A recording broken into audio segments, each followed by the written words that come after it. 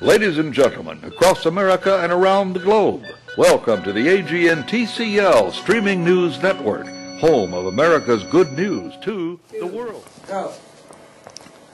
Good morning, good afternoon, good evening, good night. Wherever in the world you happen to be, I'm Austin Miles, and welcome to this edition of People. Just plain people. Behind every great man in history is a humble person who helped make that man great, according to author Richard Phillips, who wrote The Masculine Mandate, God's Calling to Men. There are two statues in Washington, D.C. that together tell a remarkable story. One is the massive memorial to General Ulysses S. Grant that stands at the east end of the reflecting pool, literally in the morning shadow of the U.S. Capitol building.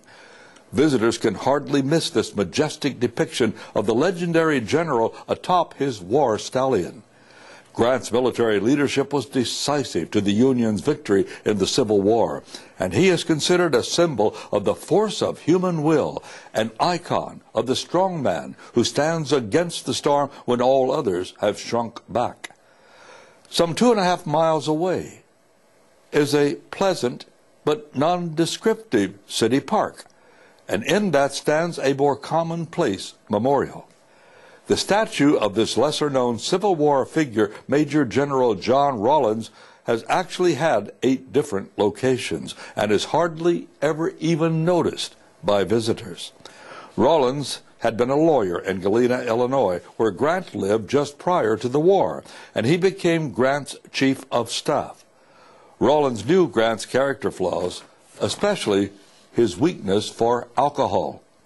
At the beginning of the war, Rawlins extracted a pledge from Grant to abstain from drunkenness, and when the general threatened to fall away from that promise, his friend would plead with him and support him until Grant would get back on track. In many ways, it was Rawlins who stood beside the seemingly solitary figure of Grant, the great general. Rawlins' memorial is modest compared to the mounted glory afforded to Grant. Yet, without his unheralded love and support, Grant would hardly have managed even to climb into his saddle. People. Just plain people. Really?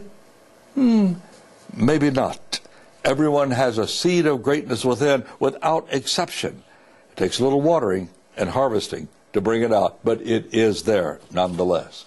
Our video director is Tim Vaughn. Our editor, Tim Vaughn Jr. Our floor director is Shirley Miles. And our art and set director is Michelle Tripp.